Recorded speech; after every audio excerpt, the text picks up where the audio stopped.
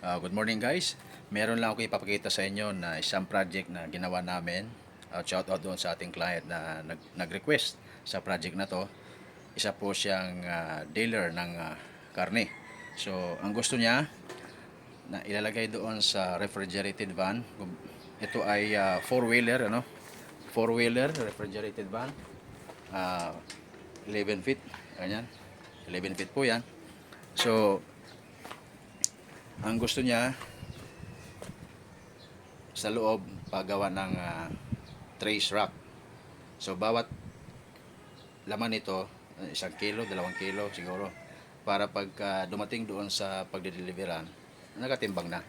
So ito po yung project na ginawa natin. Tara, pakita ko sa inyo. So baka para magkaroon din ng idea yung ibang dealer ng mga karne. So ito yung tray. So isasalpak lang dyan. Yan. Lahat po yan naka stainless. Ayan. So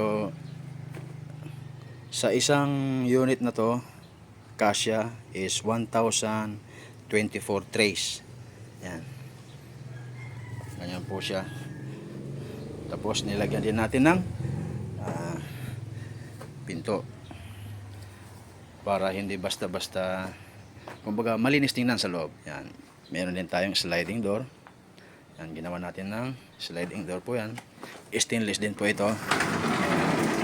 Yan. So ganyan po yung forma niyan.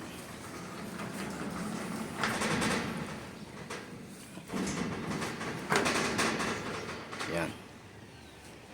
So yan po siya. Pag ipinasok sa loob, sa dalawa po yan. Saka ito rin yung sa kabila.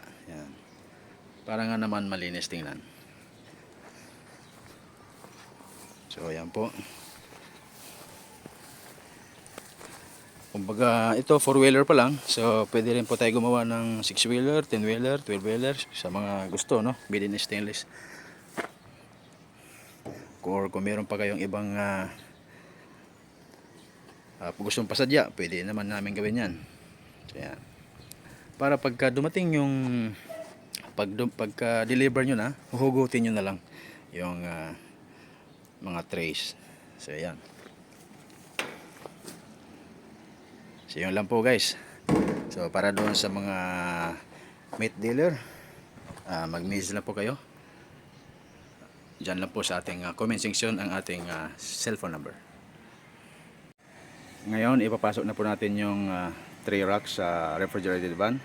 Dahil sobrang bigat, yung magic po natin. Tara, let's go. So yan na po siya. Pag makikita mo sa labas, malinis tingnan. Ayan, dahil meron siya mga sliding door.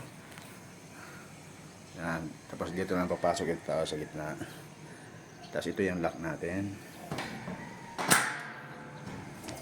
So yan na po yung maging forma niya. Slide lang po yung mga trays dyan, yung mga tray dyan. So yan na po.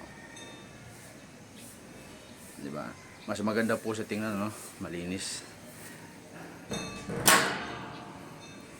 Sabila.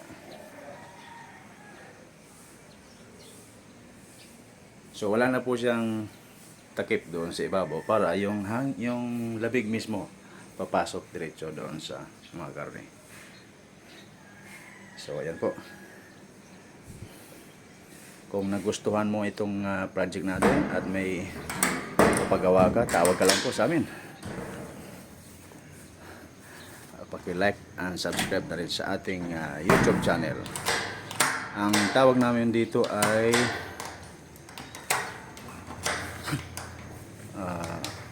meat van with tray.